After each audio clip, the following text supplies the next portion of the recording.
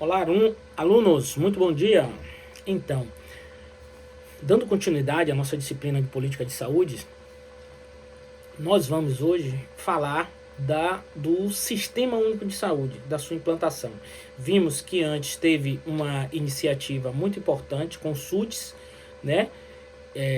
Que tudo que é o sistema, que era um sistema unificado e descentralizado de saúde. Precisou descentralizar porque as ações, isso a gente falou no vídeo passado, as ações precisavam ter a sua eficácia plena. Ou seja, ver o que estava acontecendo lá na base que, de forma centralizada, o Estado não conseguia ver cá embaixo. Entende? Então, é uma das nossas críticas ao sistema centralizado, né, que a gente teve por muito tempo. Então, depois do marco importantíssimo da Conferência Nacional de Saúde, a oitava conferência, em 1986, já surge ali essa instalação do SUDES e logo após o SUDES surge em 1988 algo importantíssimo, a nossa Constituição Federal de 1988. O que é que essa Constituição fala? É a nossa Constituição cidadã. Agora, tudo que a gente precisava estava escrito lá nessa Constituição Federal. Após isso, vem algumas leis que nós vamos estudar daqui a pouco, lá na frente, a Lei 8080, a Lei 8.142, que é o arcabouço jurídico, que vem para esmiuçar o que estava aqui escrito na Constituição Federal. Nada da Lei 8080, Lei 8.142, do Decreto 7508 e da Resolução 453, que é o arcabouço jurídico aí do SUS, nada pode estar ao contrário à Constituição Federal. Entenda que é a nossa carta magna, a Constituição Federal. Então, ela dita as regras.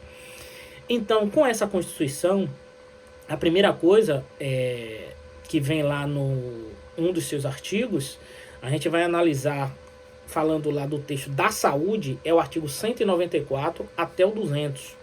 É importante que vocês leiam na íntegra esse conteúdo, quem quiser, para você ter noção do que a gente vai falar neste momento aqui no nosso bate-papo.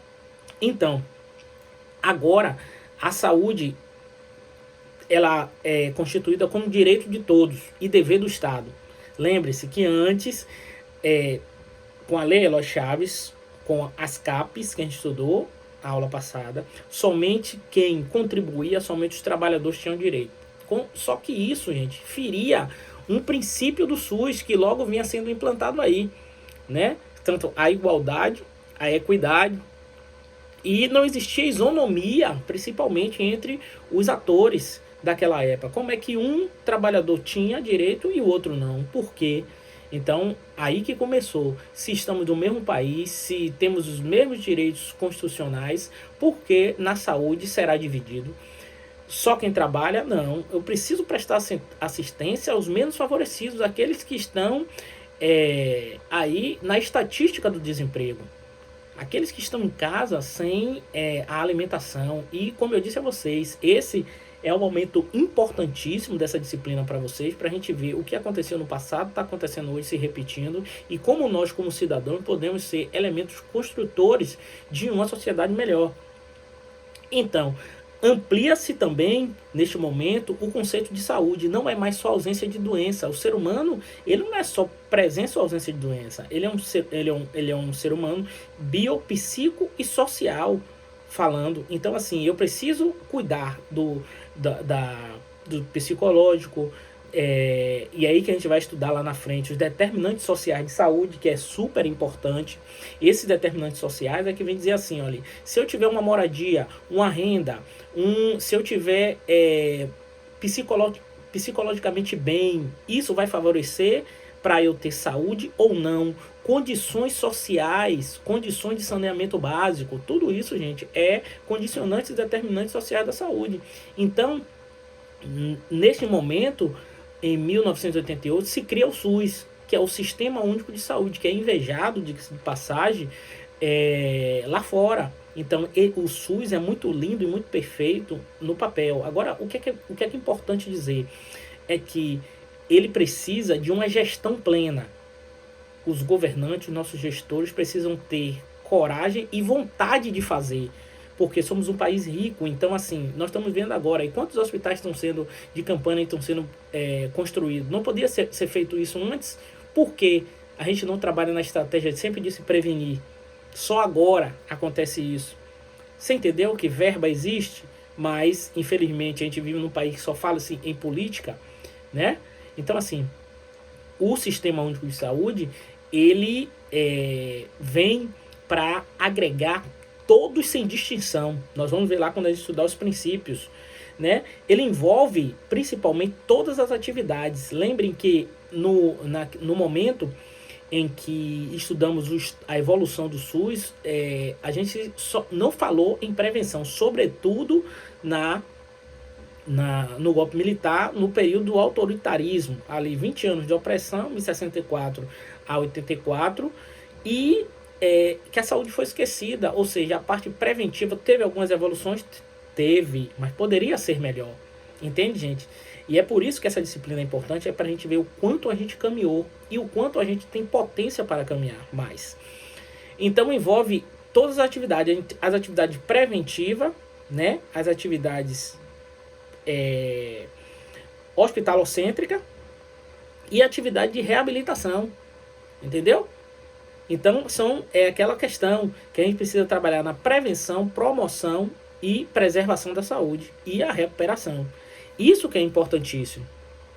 Então, a Constituição Federal vem para mudar esse paradigma de divisão. Não, todos têm direito. Então, o que é que a gente precisa focar aqui nos artigos 194 e 195, fala da seguridade social. Lembre-se que havia uma dicotomia na época muito grande entre entre a Previdência Social e a Assistência Social.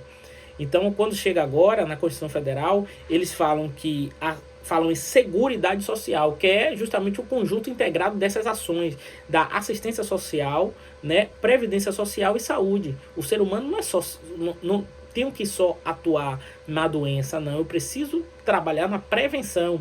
Lembre aí de Oswaldo Cruz, que ele trabalhou, fez tudo correto, mas Oswaldo Cruz pecou em uma coisa, em promover saúde. É o que está falando muito hoje nas mídias aí com relação ao corona. O tempo todo, tanto o Estado quanto o município tem colocado propagandas, alertando a população de como agir. Isso é promover saúde, é educação em saúde. Faltou naquela época e depois seu sucessor fez de forma brilhante, né? Carlos Chagas entrou e disse assim, não, precisamos trabalhar sim com a vacinação, precisamos trabalhar com a prevenção, mas precisamos fazer a promoção à saúde. Eu preciso falar à sociedade, preciso falar a cada comunidade o porquê dessa vacina. Eu não posso chegar na casa dos outros, adentrar como era feito. Ele disse que, lembre-se do filme, que dado momento ele diz assim, essa questão agora virou uma questão de polícia. Não, é questão de saúde pública. Agora, como é que eu vou fazer? Quais são as ferramentas que eu vou utilizar? Promovendo saúde foi uma forma eficaz que Carlos Chagas depois encontrou e aí uniu tanto a prevenção como a promoção. Então, no artigo 196, nós vamos encontrar lá um dos princípios do SUS, que é a universalidade. E justamente isso que eu lhe falei, o conceito ampliado de saúde. O 197 vem falando sobre a saúde pelo Estado e a iniciativa privada. Depois nós vamos ver lá que isso é bem regulamentado na Lei 8080, que é a Lei Orgânica da Saúde, uma das leis. E esse processo aí de regulamentação, fiscalização e controle, porque lembre que na era Vargas isso era feito sem controle nenhum, ou seja, os empresários viam a doença como uma forma de lucro, e isso não poderia ficar assim. O 198 fala das diretrizes do SUS, que lá na frente nós vamos falar sobre, não as diretrizes, nós vamos falar sobre os princípios, que um é elencado ao outro, né? E a aplicação mínima dos recursos de cada ente. Isso é importante também saber, despenca em prova de concurso. A aplicação mínima da União, dos estados, dos municípios. Isso está lá bem regulamentado e bem destrinchado, né, no artigo 199. Todos precisam, 198, perdão, todos precisam contribuir de forma que a saúde tenha recursos necessários para a população. O 199 fala da participação da iniciativa privada. Agora tem um freio. Ele não é a era Vargas aqui. Agora a Constituição vem dizer assim, olha, você pode ir até aqui. Quando o Estado não provê saúde para a sociedade, você pode entrar em tais situações. E o artigo 200 fala da competência do Sistema Único de Saúde, a competência do SUS. É muito importante a gente se ligar nisso. E quais são os objetivos do SUS? Primeiramente, gente, quando a gente viu que algo estava errado e a intenção foi melhorar. Então, melhorar a qualidade da atenção à saúde, que estava péssima. Romper com o passado de descompromisso e irracionalidade técnica administrativa. Isso é muito importante. A gente vê como foi o descompromisso total, tanto desde a era do descobrimento até a pós-constituinte. Aí você pode me dizer, você acabou de dizer que teve melhorias. Teve melhorias, mas poderia ser melhor. Poderíamos estar numa situação muito melhor em saúde, por exemplo, se não tivesse o total descaso no período militar. Foi necessário realizar? Sim, foi necessário. Vejam que o filme deixa bem claro que Vargas estava desviando o dinheiro. Estava tendo corrupção naquela época já, e hoje mudou a mesma coisa, gente. Por isso que teve que tomar mesmo o Congresso, teve que existir o golpe militar, porque senão eu acho que a gente não estaria aqui nesse país democrático que a gente está hoje. Precisamos de muitas melhorias, sim, mas houve avanços, mas precisamos avançar mais. Né? E precisava o quê? Servir também, mais um objetivo, servir de norte ao trabalho do Ministério da Saúde e às secretarias estaduais e municipais, cada uma com sua competência, né? E muitos outras competências, outros objetivos que foi assim do Sistema Único de Saúde, está lá descrito justamente nesse artigo 200. E depois vai ser destrinchado na Lei 8080. E o que é isso, professor? Vamos lá. Quando lhe perguntarem qual é o arcabouço jurídico, o que é que vamos estudar nessa disciplina de legislação, de lei, por isso que é importante, viu, gente? Ler muito é importante. Aproveitar esse momento aí de isolamento e papirar, entendeu? Conhecimento é poder, é o que eu digo a vocês. Conhecimento vai lhe fazer você tomar decisões importantes lá na frente quando você estiver com um paciente em suas mãos e os familiares dele deposita toda a confiança em você, entende? Ou seja, no Estado, ou no município, ou numa iniciativa privada. Ou o seu próprio familiar, como eu sempre digo, né? O seu próprio familiar vai depositar a confiança em você quando você estiver o assistindo.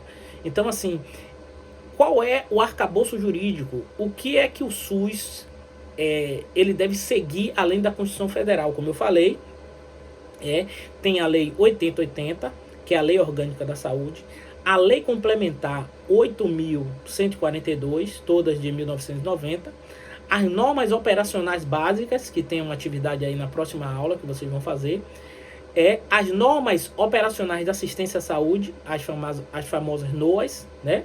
Lá é NOB, normas operacionais básicas, e as NOAS, normas operacionais de assistência à saúde. O decreto 7508 regulamenta a Lei 8080. Vejam que são muitas aplicações legais, mas é importante a gente saber de todas, porque para ver até onde o SUS pode ir, até onde a iniciativa pode ir, até onde eu posso reivindicar o meu direito com conhecimento. Compreendeu?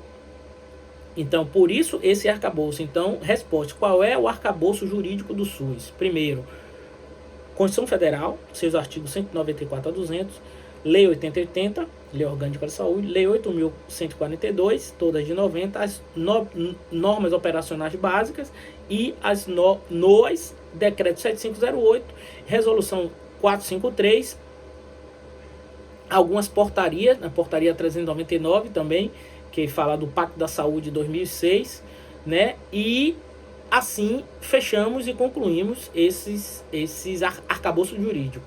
Analisem que a sociedade vem evoluindo e para a gente atingir o nosso objetivo e atender a toda a sociedade, precisamos evoluir junto. É isso que acontece com uma nova política. Olhe a disciplina que vocês estão estudando.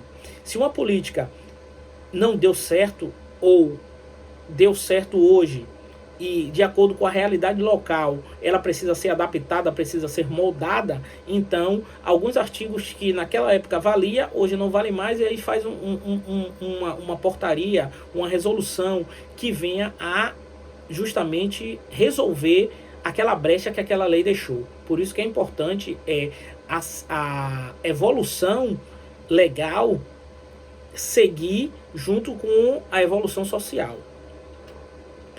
A Lei 8080, vamos falar um pouco dela, que essa lei você não pode esquecer, que é a Lei Orgânica da Saúde, é a lei mais importante de todo o nosso diálogo hoje. Claro, as outras são a 8.142, importantíssima, porque aí entra a participação da sociedade. Lembrem que só houve mudança lá na oitava conferência, após a oitava conferência, que é o momento ali de explanação do povo, é um momento de reivindicação, é um momento da fala, de ouvir o povo. Então, na Lei 8080, ela dispôs sobre as condições para a promoção, proteção, recuperação da saúde, a organização e o funcionamento dos serviços correspondentes e dá outras providências também com isso.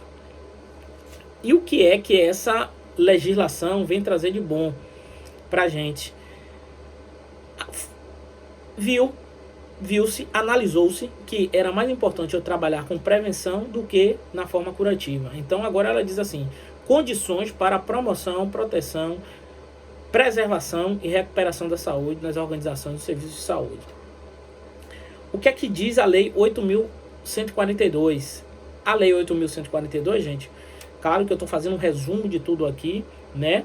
E que esses resumos são os focos principais para você focar, né? Para você, quando você lê ali tudo, você vai ver que, de forma resumida, estão os principais tópicos aqui. A 8.142 dispõe sobre a participação da comunidade, como eu disse, na gestão do SUS, sim, na gestão do SUS, e sobre as transferências intergovernamentais de recursos. Olha aí vai ver a participação, justamente que eu falei para vocês, de quanto o ente federado, a União tem que participar na saúde, quantos estados tem que participar, quantos municípios tem que participar. Isso que é importantíssimo a gente saber, entende? Então, onde está isso? Recurso, transferência de recursos, Lei 8.142, financiamento da área de saúde e também da outras providências com relação à participação aí social.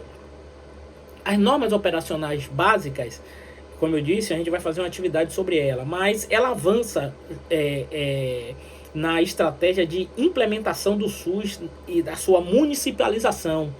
É aí que sai o poder, descentraliza do Ministério da Saúde e aí foca nas secretarias estaduais e municipais. Porque, como eu disse a você, eu tô lá no topo, eu não tenho como saber um problema que está aqui na base. Isso é descentralizar, é dar competência a quem está aqui na base.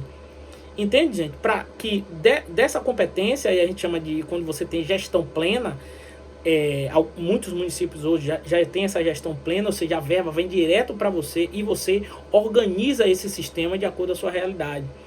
Entendeu? Isso que está acontecendo hoje também. Tanto os estados como os municípios estão unindo força-tarefa aí para resolver o problema da prevenção do Covid, para as pessoas não se contaminarem de forma rápida, acelerada, e a minha oferta na minha unidade de saúde não vai comportar tanta demanda. Então isso é uma estratégia governamental para reduzir justamente esses atendimentos muito bruscos e eu não ter condições de atender a todos. Depois vem as NOAs, as Normas Operacionais de Assistência à Saúde, que avança nessa estratégia também da implementação da regionalização e integralização. Como eu disse, municipalização é eu dar poder, descentralizar as minhas ações para dar poder aos municípios. E regionalizar é justamente trabalhar com regiões. Quando a gente estudar o decreto 7508, a gente vai ver que ele dá um nome lá para regiões de saúde, que é um espaço geográfico, né, justamente E nesse espaço geográfico tem suas demandas. Então o Sistema Único de Saúde quer saber as suas demandas e solucionar. E a integralidade, que também está disposta nas normas operacionais da assistência à saúde, as NOAS. Está ali, 2001 e 2002. Vocês vão fazer uma atividade também de pesquisa sobre as normas operacionais padrão e normas de assistência à saúde e normas operacionais básicas. Então, integralidade, o que é? É o ser, que eu falei, biopsicossocial, atender o ser humano de sua forma integral, ou seja, nas 3 esferas de saúde, na básica, intermediária e avançada. Entendeu? O que a gente chama de alta complexidade avançada. Então eu preciso atender o ser humano de forma integral. Eu não posso só atender de forma na prevenção. Não tenho que atuar também dentro do hospital, a assistência medicalocêntrica, e depois a reabilitação. Isso que é de forma integral. Em 2006, gente, surge o Pacto pela Saúde. As coisas não estavam andando bem, o SUS era lindo no papel, só que a gente precisava fazer um pacto com o Sistema Único de Saúde. Muitas críticas veio avançar justamente porque esses recursos não eram ainda distribuídos de forma fidedigna. Então foi importante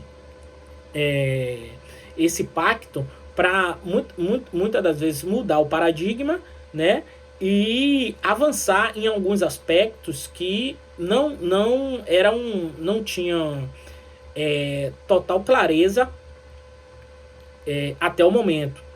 Então, o que é que acontece?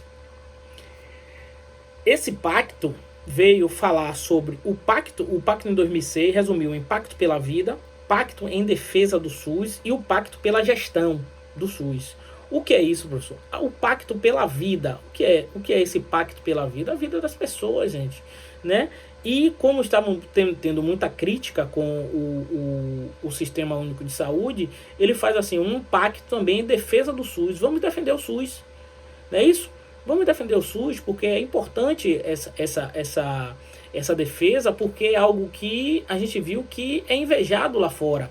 Então a gente precisa defender ele. E depois o Pacto pela Gestão, né? Defesa do SUS e aí a gestão, vamos gerenciar. Como é que a gente vai fazer um pacto para gerenciar isso? Tá, aí foi esse pacto de 2006, né? Tem lá as suas normativas. E o que é importante a gente saber é que ele existe e a gente precisa dar uma lida depois na forma mais aprofundada dele, né? E a gente vai falar agora dos princípios. O que são esses princípios do SUS que a gente acabou de falar? Né? A gente falou já da universalidade. O SUS ele divide esses princípios em princípios doutrinários e organizativos. O que é isso? Os princípios doutrinários é a doutrina do SUS, que é justamente isso que a gente vai falar. Universalidade, equidade e integralidade. Universal, para todos, todo mundo. Equidade é eu tratar todo mundo de acordo com a sua necessidade. Olha, um parêntese muito importante aqui para vocês, e que é confundido e que muita gente erra a questão de prova. Igualdade não é a mesma coisa que equidade. Igualdade é dar a todos, tratar todos de forma igual. A equidade, não. A equidade, o Sistema Único de Saúde, de forma esplendorosa, dar mais a quem mais precisa. Ou seja, se o pobre da periferia está precisando mais de uma cesta básica, é a eles que eu vou atuar. Então é isso eu trabalhar com equidade. Eu não vou dar uma cesta básica a um grande empresário que hoje praticamente ele emprega muitas pessoas e que ele tem uma condição social muito avantajada com relação a outros. Eu não tenho porquê, eu feriria o princípio da equidade se eu desse a cesta básica, colocasse o nome dessa pessoa na cesta básica para adquirir essa cesta básica, porque eu tenho pessoas que estão em uma situação de vulnerabilidade, de iniquidade maior do que ele. Compreendeu? É isso que você não pode deixar de focar. Equidade não é a mesma coisa que igualdade. Equidade é dar mais a quem mais precisa, tratar o ser humano de acordo com as suas necessidades. E integralidade é de forma integral, que eu disse, em todos os níveis de assistência. Todos. Atenção primária, secundária e terciária, até a reabilitação. Então, justamente isso que eu queria falar, é a garantia, a universalidade de atenção à saúde a todo e qualquer cidadão. né? A gente não pode esquecer disso, não podemos esquecer que a equidade não é a mesma coisa de igualdade, e fechamos os princípios doutrinários. Aí o SUS precisa se organizar. E ele cria também os princípios ou princípios organizativos, que está descrito também está descrito na nossa Constituição Federal, que é a regionalização, que a gente falou, que é justamente, então, primeira diretriz, ou primeiro princípio organizativo, regionalizar, né? Regionalizar o grupo ali para eu saber quais são as regiões, quais são as suas demandas, o que é que eu preciso trabalhar mais em certa região, né? Se o município de Lauro de Freitas precisa de algo com maior intensidade, eu preciso fornecer isso.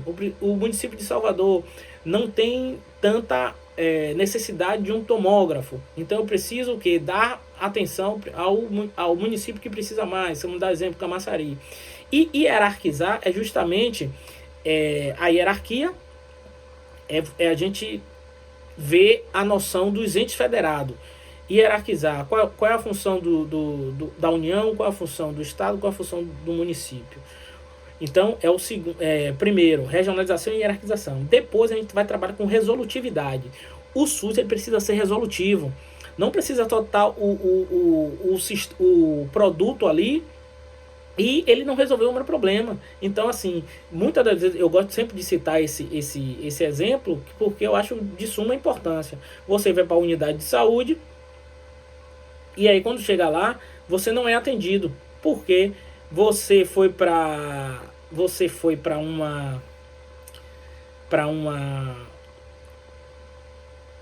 um centro, uma unidade básica, quando você estava com uma dor abdominal intensa.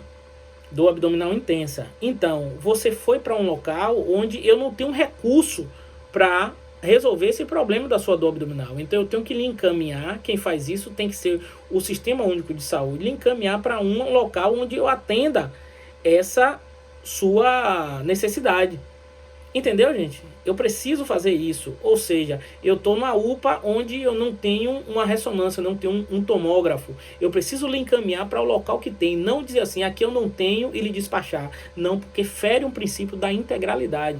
Lembre-se, de forma integral, eu tenho que ser resolutivo em minhas ações. A descentralização com direção única na esfera do governo é mais uma diretriz, mais um dos princípios organizativos.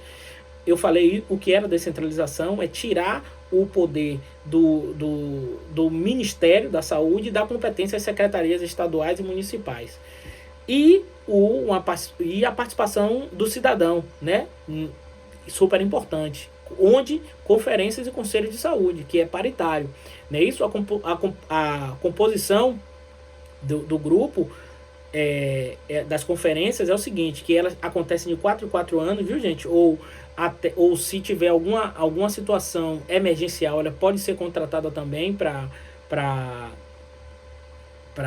ter essa reunião, e ela é composta por 50% dos usuários, 50% dos representantes, né, do segmento, e esse segmento de saúde é dividido entre 25% para os gestores e 25% do trabalhador de saúde. Então vejam que os usuários têm 50% ali. Então vejam como nós temos voz e vez. Agora, de que forma? Organizada e ordeira, como eu sempre disse. Resolver o problema, como eu disse. A composição dos conselhos, já acabei de falar. E como era essa assistência à saúde antes do SUS? Para você ver como a gente evoluiu até aqui, né? E precisamos evoluir mais. Era centralizada, né? O sistema hoje ele é descentralizado, né? As ações eram voltadas em atenção a curar. Hoje nós temos um serviço que visa, depois da Constituição Federal e a nossa Lei 8080, a promoção, proteção e reabilitação da saúde. Né? Os serviços eram exclusivos para contribuinte. Hoje não, todos têm condições, o Estado tem que prover saúde para todos. E antes do SUS, a participação da comunidade era irrisória. Então hoje, depois do sistema de saúde, nós temos voz e vez, mais uma vez falando, porque Hoje, o investimento é nas ações preventivas, né? Por isso que temos aí o programa, a Estratégia de Saúde da Família, que mudou, antes era um programa, né? Os PACs, né? Com a atuação dos agentes comunitários de saúde, e tudo isso é justamente para a gente trabalhar na prevenção e na reabilitação da saúde. Forte abraço, encerramos por aqui. Estuda que a vida muda.